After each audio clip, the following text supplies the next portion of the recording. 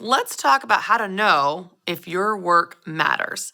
Now, I've talked before about different seasons of my life and certainly different seasons of my work. And one of those seasons that was very, very, very challenging in my work is when I worked for the YMCA.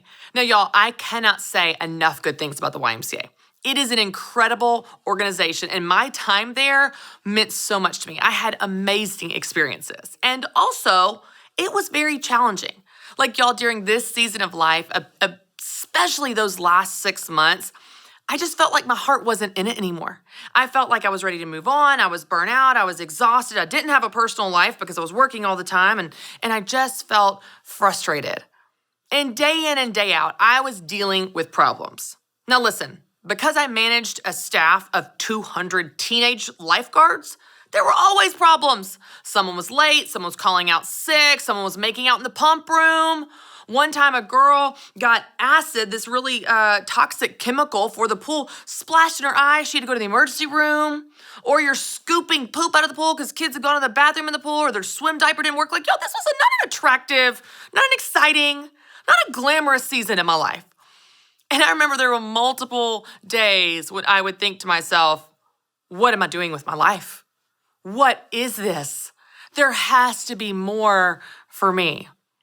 I remember feeling like my work didn't matter and feeling like I had to do something else. Maybe you're right there too. Maybe you're burnt out, you're exhausted, your heart's not in it anymore. You're wondering if this has any purpose at all, and you're just looking for an emergency exit. Maybe you're feeling like I was feeling back then, and you're wondering if this even matters, if your work even matters. I just want to remind you that God is in your work because God is in you, and you are in your work, even in the mundane, even in the difficult, even in the job you hate, even with the boss that gets on your last nerve, even in a work culture that is toxic. Now, I'm not saying you shouldn't work on finding something else that makes you light up and come alive, but you don't have to wait for that next thing to start to shine and to do your work as unto the Lord.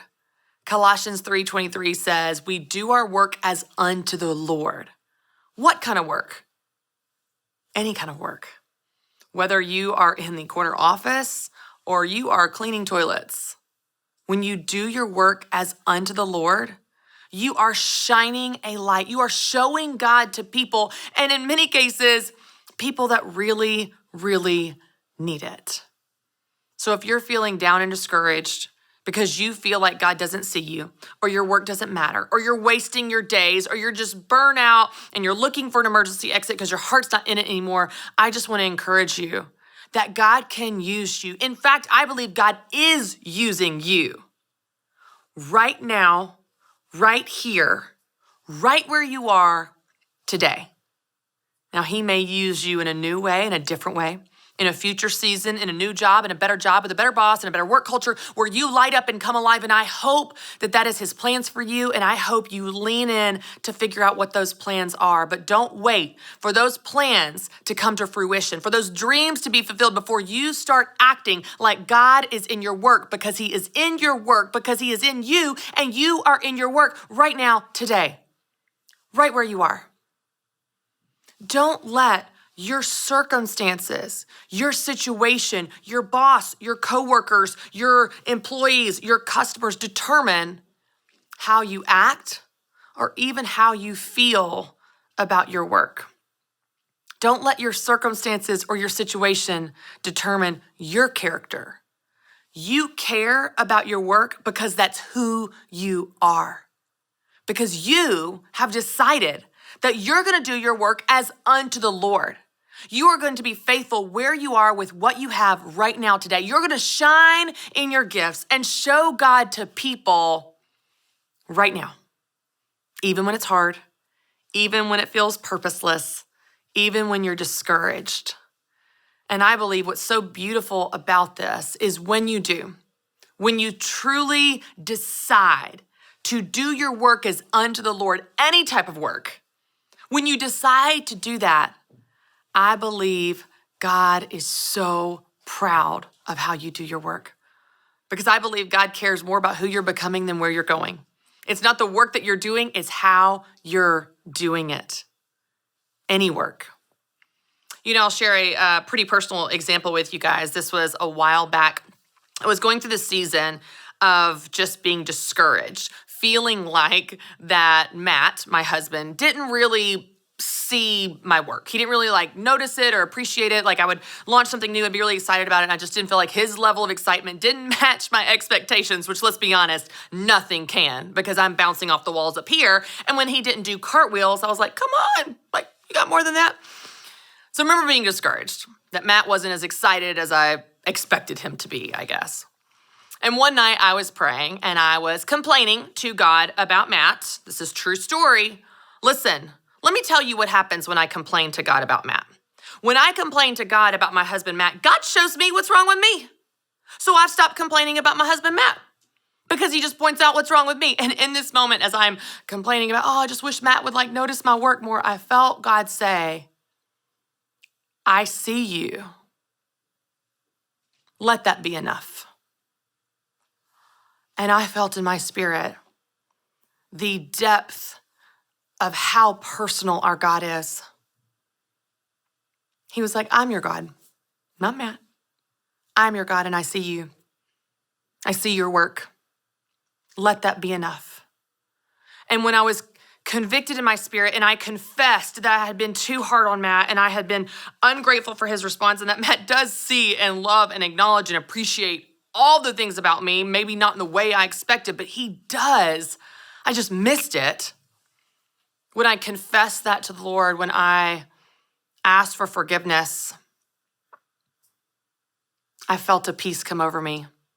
And you know what? The coolest thing happened. Just a few minutes later, I was sitting up in bed. I had just my small lamp on next to my side of the bed. Matt had been asleep for a while when I was, praying, complaining about him.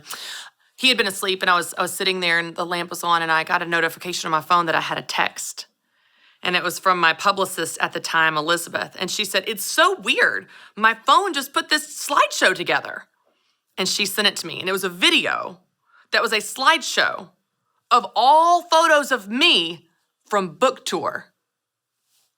Her phone just put that together out of nowhere. All photos of me on media, me in LA, me in New York, me holding my book, me next to a bus. All these things are these impressive, cool things I got to do in 2017. And she sent it to my phone isn't that so weird? It just put it together and sent it to me for no reason. And as I watched that video, I felt God say again, I see you. I see you. And I want you to know that those words are true for you. God sees you right where you are. God sees you. He sees how hard you're working. He sees how tired you are. He sees your prayers. He sees how much you care. He sees when you go above and beyond. He sees when you do the right thing and no one else knows it. He sees you. And he's proud of you. Let that be enough. It's okay.